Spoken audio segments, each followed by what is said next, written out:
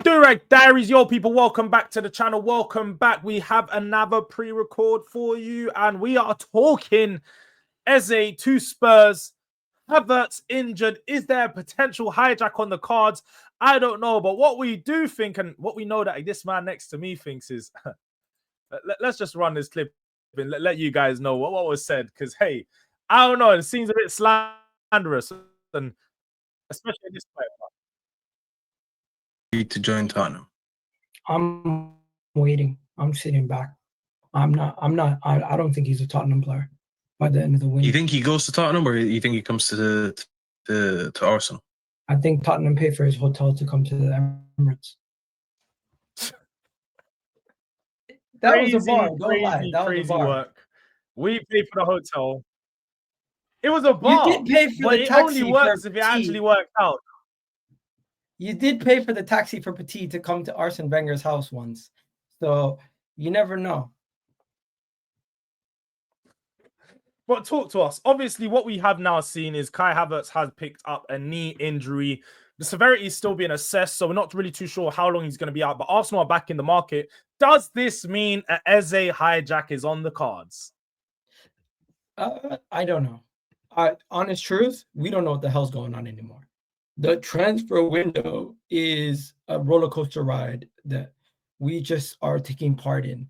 And I think even the biggest ITKs, I think even the Fabrizio Romanos, the David Onsteins don't know what the hell's going on because things just keep turning around left and right.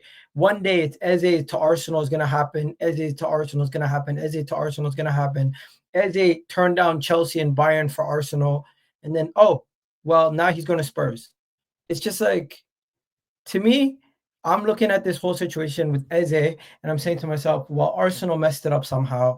We've decided we're not going to go for him. And Tottenham, fair play if they get him. They're getting two quality players in Cunha and Eze coming into their team, and those are two really good upgrades on what they had last year. Creativity goes up. Both better players than Maddison, in my opinion, when it comes to creatively, and out wide, you now have more squad depth and quality players. They can be a talisman. In the Champions League, you need difference makers, and you sign two quality difference makers. And I'm not sitting here saying I'm jealous of your team or anything, but it sounds awfully like you are a little bit jealous of Eze. I'm not saying jealousy. You're jealous of Eze, though. You're a bit jealous of the Eze deal, bro. I'm just disappointed that we didn't get the deal that I thought we could get done. I was looking at this window and I'm saying, get me a winger, get me Gyökeres, and get me Zubimendi. Those three players, difference makers, and I'm happy. Be it Rodrygo, Eze, somebody else that's of that equal or more quality. I just don't want squad players coming into the team that are not going to guarantee us any improvement. Guess what we do? We signed Madueke as a squad player for 52 million, and I'm not going to sit here and say that was the solution to any of our problems, because I don't think he is. But now that Havertz injured, first of all, unfortunate. He just came back from injury to the start of 2025, and now starting in the season, he's getting another injury. Hopefully, it's not too severe. But at the same time, with Jesus injured, him injured, Trossard signing a new deal, surely we now have to sign another player. And maybe Trossard was getting a new deal just to keep him on board, because we don't want to lose another player off the back of losing Havertz. Do you think that the Trossard deal was triggered because they knew this Havertz stuff? Is that what you think? Yeah. Like they knew this Havertz stuff, so they've triggered the Trossard deal because they're like, we can't afford to lose Trossard and lose Havertz in one window. And if they were smart, they should have maybe put out the Trossard news after the Havertz news. But do you think then it would even be more outrage? No, I think if it was the other way around and you have Havertz injured and it's like, oh, now we need to keep someone in for the next couple months. We need to secure one of our players. Let's say Trossard stays. Fabio Vieira, we're still going to try to push him out. Reece Nelson, we're still trying to get rid of him. But Trossard's going to stay because with the positions that Havertz plays, he's the perfect replacement. 8, 10, left striker, wherever you need to play him, he can sort of deputize in these roles. Not that he's going to do an amazing position, but he can deputize. Now, the problem is that up until this news, everybody has been looking at it that Trossard's the new left winger replacement. As you said, you need a new left winger. If Trossard's getting a new deal, getting more money after being told, because remember, just 2 weeks ago, when the Eze stuff to Arsenal was still on and you were still in Lululand, you know, still up there in the clouds thinking it's going to happen, what we have been briefed is Arsenal need to get rid of Trossard and Vieira before they could move on Eze. Now that you've got Trossard staying, Vieira and everything doesn't really know what's happening, but Trossard's definitely staying. Are you not worried that this could be the virtual signal that you guys don't sign nobody else in this window? I'm not gonna panic, bro. We're gonna. I'm hopeful that we will sign somebody. It's just I don't know how much quality that somebody's gonna have. What I hope is that we can go and get somebody in. I don't think we're gonna get Rodrygo. I don't think we get Eze. Maybe we can get Lookman, but he's like lower down my list of players. Semenyo would cost us, just to knock on the door of Bournemouth, it's going to cost you 70 million. So I don't think we're going to get him either. So right now it's just, are the club going to show ambition and go and get something done? Or are they going to hold their cards close to their chest and just wait? Because historically, I know Arsenal, they just hold their cards to their chest and they wait. They don't go and panic. They don't do any rash decisions. They tend to just wait. And in these kind of moments, I wouldn't be surprised if the club waited it out and seen their options before going in and doing anything. Maybe Jesus gets closer to returning. When you say waiting it out, though, there's only 11 days left in the window ago. Do you have time to wait out anything? It's 11 days, bro. I don't think the club is going to go crazy. I don't think they're going to now say everything needs to change. We need to go and sign this player because of this injury. No, I just think they generally try to stick to their plan. They don't let things affect them too much. Look at what we did in January. With all the injuries we had, we just decided Mikel Moreno is going to be the starting striker. And right now, if history repeats itself, Gyökeres comes out of the game, I wouldn't be surprised if Moreno's coming in for Gyökeres after 80 minutes versus Leeds. That's what it seems like. So I get what you know. I do get what you mean. I get what you mean. And to be fair, I think that's what a lot of Arsenal fans had reservations about, especially with this being injured now. You now have nobody that can come in for Gyökeres. You're now going to have to potentially play Moreno in striker again, a position that is not, I suppose he's familiar with, but he's not a striker. And come on, bro, like this was supposed to be your window where you compete with Liverpool. You can't tell me that you're even content or even cool with your club going into this the season without a quality winger and a proper, like Havertz as a backup to Gyökeres is fine. Arsenal are going back in the window.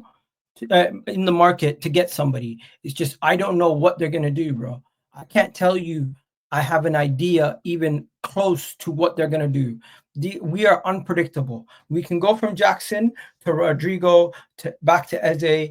I don't know. The honest truth is, I don't think even the biggest Arsenal fan who thinks they know everything about the club can tell you exactly what we're gonna do, because we turned down the option of signing Jackson early in the window. I don't think we're going to come back for that. I don't think we want Sancho. We don't need Nkunku or Garnacho or any of these guys that people are trying to throw at you.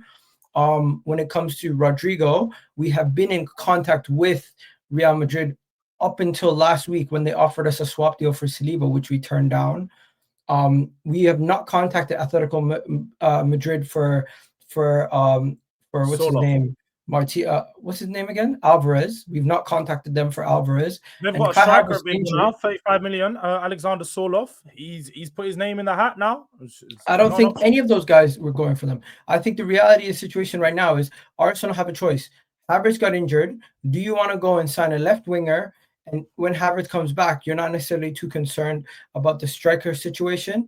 Or do you want to go out there and get a stopgap left winger, a stopgap striker that can come in, that can also play on the left wing or do something else? And I don't think we go and sign a striker. If we sign somebody, we should sign a left winger.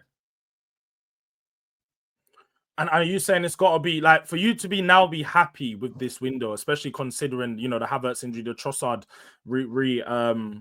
renewal of his contract, which is, just correct me if I'm wrong, contract, he's got not an extension, just new terms to basically say, look, we're going to pay you some more money whilst you stay here for the next 2 years. New terms, a pay rise same years. So we basically made it difficult for us to sell him. Typical Arsenal, you know, just overpaying players I on wages. It's a typical. Yeah, I'm not gonna sit here and just act like everything is perfect, but at the same time, I don't know what the plan is. I have no idea what the club is planning, what they're thinking. I look at the team and I say to myself, has Arsenal's attack gotten better with Madueke and Gyökeres taking out Sterling and who else did we have last year? Sterling and who else? I feel like you had someone that went back. Did So so right now, Jesus is still in the team. He's injured. Yeah. Havertz is in the team. He's injured. Reece Nelson's going to be sold. Trossard's back. Martinelli's back. Easton's here. Madueke, Saka, and Max Dowman.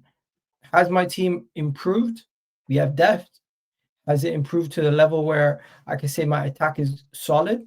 No. We still have problems. So what more? All right, it's just last question then. What more do you need to see in the window for you now to be content? And I know you say left winger. You want a left winger.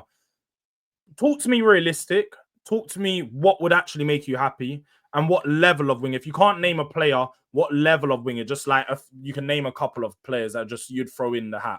But you could say Rodrygo, but let's be honest, Rodrygo doesn't look like it. Right. So the realistic answer is Rodrygo, though. He's not getting game time at Real Madrid. We go to you Real guys Madrid. gonna invest £70 million in him? No. We'll pay with an we'll take an obligation to buy. 1 year loan, obligation to buy. We cover all his wages. If that is a option to buy, not even obligation. Option. What? You think Real Madrid are gonna let you have him on an option to buy? Let's have it right. He's not a young player. He's not a player that needs to prove himself. He's not a player that needs to build his value. So but his wages are crazy, bro. His wages are mad. But they know that if they make him available for loan, Man City or someone will just come in and buy him.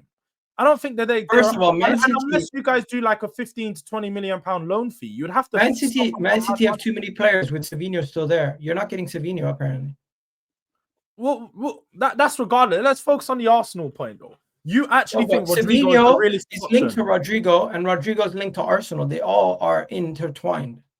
I also think that's why you're getting Eze, because the Savinho deal is not happening. You're now getting Eze.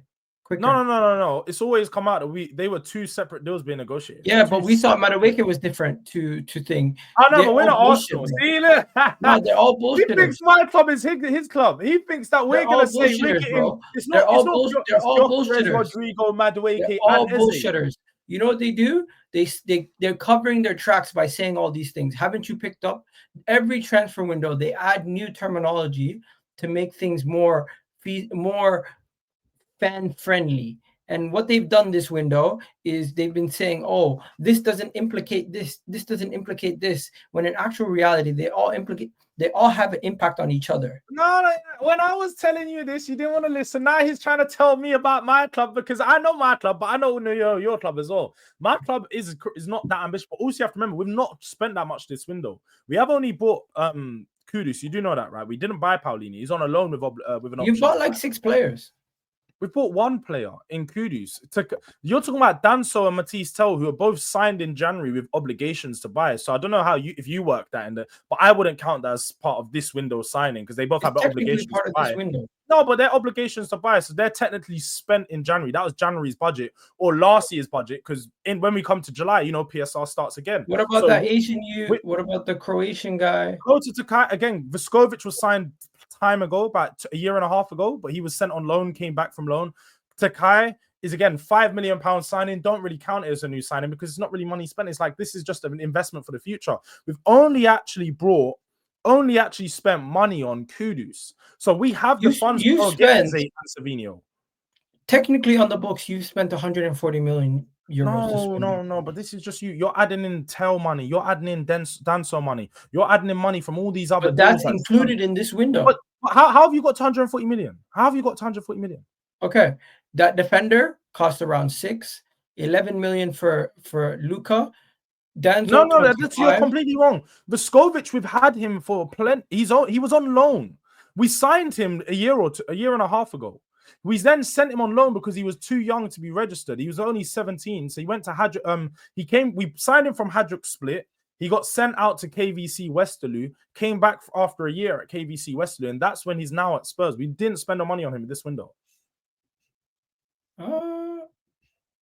Transfer mark's saying the opposite. I don't know when I don't know about time, but I can promise you that transfer mark is saying you have just agreed to actually purchase him this window. No, definitely didn't happen because he went on loan with another Spurs player to that same club in KVC Westerlo. But I don't want to go way off board because we're on the Tottenham side. I want to just bring it back to Arsenal again, just really quickly. So in your mind, Rodrygo is the realistic and option that you guys need to go and get as the Havertz replacement. Right Rodrygo, Lookman, those are the guys who I think we could probably pull off.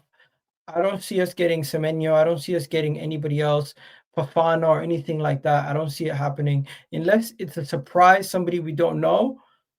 Bro, it's late in the window. There's not too many surprises, it doesn't seem like. Nice. We're not getting Xavi Simons. That's the Chelsea target. I think do you know what it is? At this point in the window, it is all opportunities and it's all about what is available on the market. And you guys have pretty much messed yourselves up and you put yourself in a position where there's not much available on the market. Now got an injury, now have to go back into the market. So let's see how it plays out. But one thing that we definitely do know, people, is Eze will not be going Arsenal. We hope to see him as a Spurs player in the next couple of days. So keep an eye out for that. Make sure you guys are subscribing to EGAL Talks Football. It's in the description. Go find his channel. Look out for that. And yeah, man, look, it's been another one of these ones. And Spurs won. We are out.